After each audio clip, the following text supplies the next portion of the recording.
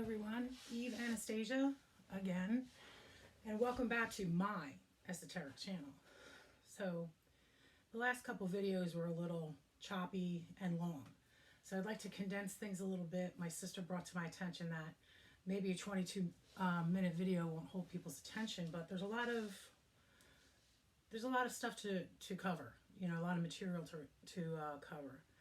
And when we're talking about the tarot, and so you want to learn the tarot, this is part 2 of our series. In the previous video, I spoke briefly about the types of decks I'm going to be using, which are the Rider-Waite deck, created by Arthur E. Waite, and the illustrator is Pamela Coleman Smith, and the other is the Thoth deck. Now, there's a lot of controversy over the Thoth deck.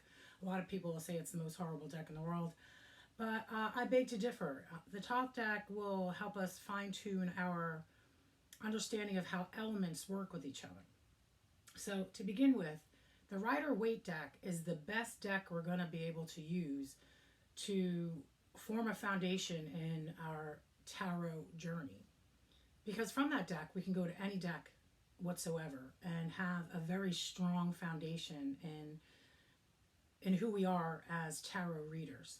Now, I have decks, like I said, on everything from mythology, Salvador Dali. Again, you can get decks with kitty cats on them. That preference is up to you. But I can tell you this, without a really strong foundation in your understanding of the tarot, you're going to bounce around a lot and not really have the strongest foundation you could possibly have. If we're talking about tarot, we're definitely going to be talking about the Kabbalah. Now, some people might say, hey, that's Judaism, religion doesn't mix here, what have you, but it's a philosophy, and from what I understand deeply and through speaking with my guides and things like that, the Kabbalah was around a lot longer than Judaism, and Judaism took on the Kabbalah because it's a system that's just magnificent. They also created an alphabet of 22 letters that correspond with the paths on the Tree of Life. So let's take a look at this real quick. And we're not going to spend too much time on it. I want to give you a basic understanding just so you know where all this information is coming from and why. So basically, the Tree of Life is a system. And what it's made up of is 10 spheres of energy, or 10 emanations of God. They're numbered 1 through 10.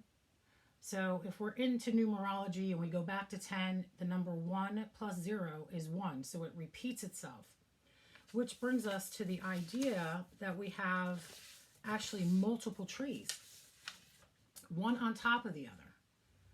And looking at this, you can see that there's fire, air, water, and earth. And each of these correspond with a magical weapon, which, for all intents and purposes, we have fire, which is wands or clubs, air, which is swords or knives, water, which is chalice or cups, earth, which is pentacles and shields.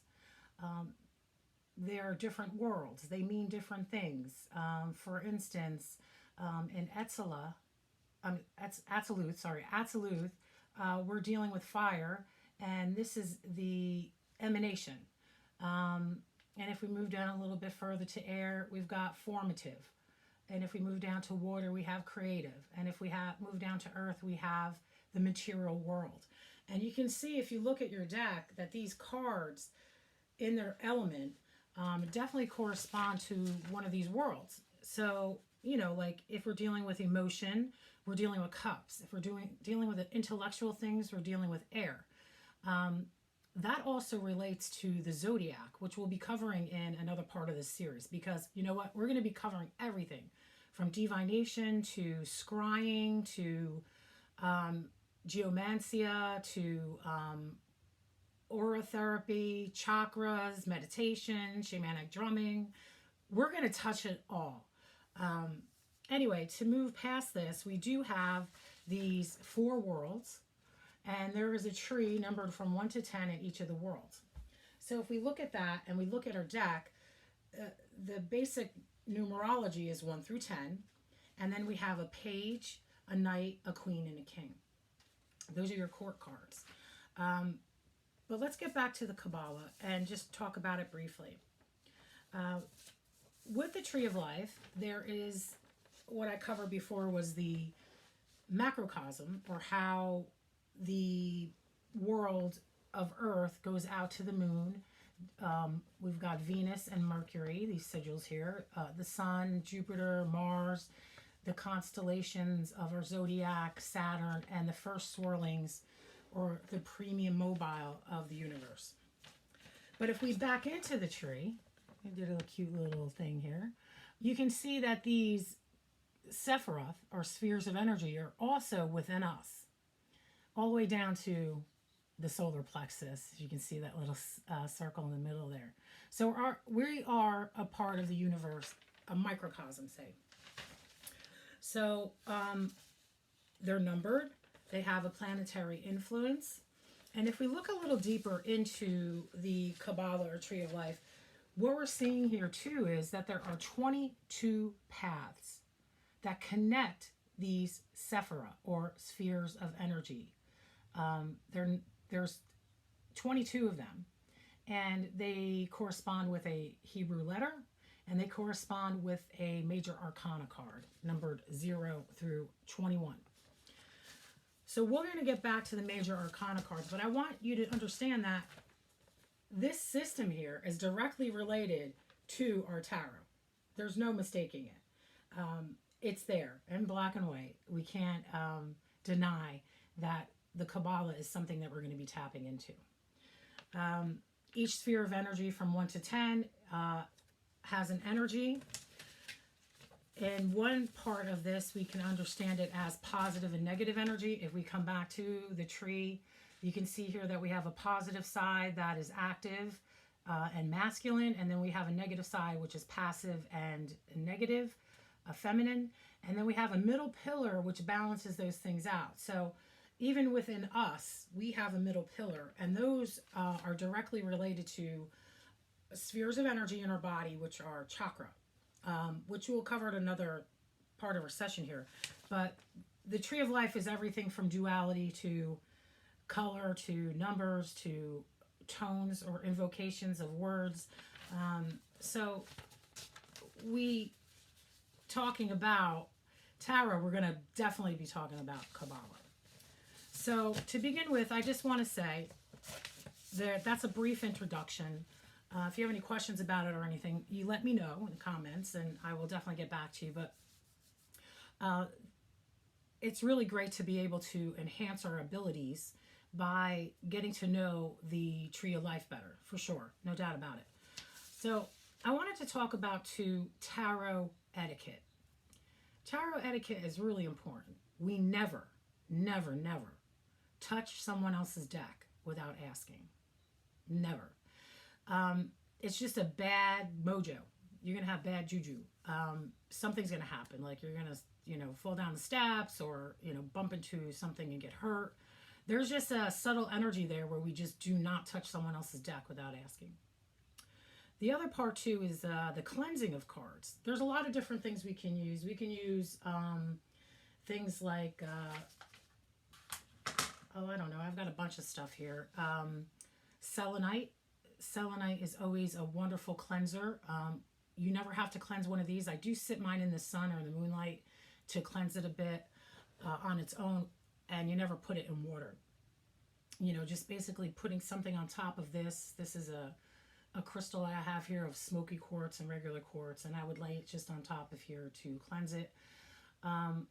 We could talk about crystal cleansing in another video, but briefly you could always submerge this in salt water in the sun for 3 days, bury it in the earth for 3 days. Some people like to use smudging, a Palo Alto type of wood, or sage, but a real good cleansing is always when you're going to use an element.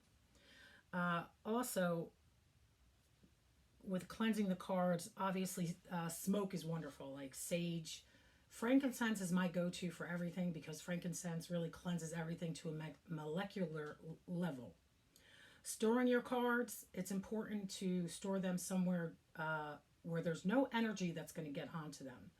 So a black box, a lot of people suggest that you use black silk and wrap it. So I wrap it in the silk and then in a box so that, because even if you're sitting in a room and you're talking to two different people and your deck is laying out, it's going to pick up the energy from all three of you. They're a very powerful divination tool and they open a gateway. So keeping that in mind, when you have a gateway open, when you're divining, some people use Ouija boards, which I am totally against because you never know what's coming through there. But a good way to protect yourself is to have some selenite around you. I have multiple pieces of selenite that I'll have in different parts of the room, very inconspicuously. A wonderful stone that I found is just amazing is moldavite. These are two different types of moldavite. One's a little darker than the other. This is excellent for protection from any energy when you are reading. And it also enhances your psychic ability. These are wonderful stones, moldavite. I would not order them online. I would find a store and hold it. And really, you can feel the energy. First time I picked up my moldavite here, I could feel like little tingling on my face and my energy. It was wonderful. So I knew it was real. Other stones that are very protective, obviously, are agate. Agates are wonderful. I just have a little bit of agate right here. They come in all colors, shapes, and sizes. These are wonderful for protection while you're reading. Or I wear my little blue agate around my neck or something of that nature. Smoky quartz. Smoky quartz is one of the better ones you can use for protection while you are reading as well. Obviously, I have that on here too. On my, multiple, my clear and my smoky, which is one of my favorite stones here. There's also some other stone I put to the side here. I can't find it right now. Maybe we'll get back to it later. It's a black stone and it's escaping my brain right now. But basically, cleansing, protection, these are always important things when we're doing readings, especially with people coming in with all kinds of different energy. If we're doing multiple readings, we may be using multiple decks, which is really something you want to consider if you're doing like a party at someone's house. Another thing too, it's always best to have someone gift you a set or purchase a set for you. That's always a good omen to get started with any type of deck. When I got started out, there was a woman who did, she did some tea leaf reading. She had a deck in the back of the room there. She said, this would be great for you to learn. So she gave me my first deck, which was the Rider-Waite deck, by the way. We talked about protection. We talked about cleansing the deck with different stones or protection. Leaving your deck out on the selenite is always a good thing. Smudging it with sage is wonderful, or any type of incense, something like maybe dragon's blood, or bay leaf. Those are very protective and cleansing. So grounding yourself is really important before you do a reading as well. So we want to do some deep breathing, things of that nature, just to get centered and definitely have some protective stones around us. Let's see. Now, later on, I want to talk about layouts, and I also want to talk about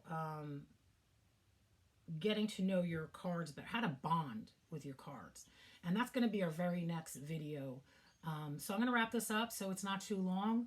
Please leave some comments. Please subscribe if you like. So that's a little connection of the Kabbalah associated with the cards, why I'm introducing the Kabbalah to you, and then a little bit of etiquette with our decks and how to obtain them, how to protect them, and to protect ourselves while we're doing readings. All right, so I'm moving on to the next video, and I'll see you soon. Be well. Thanks.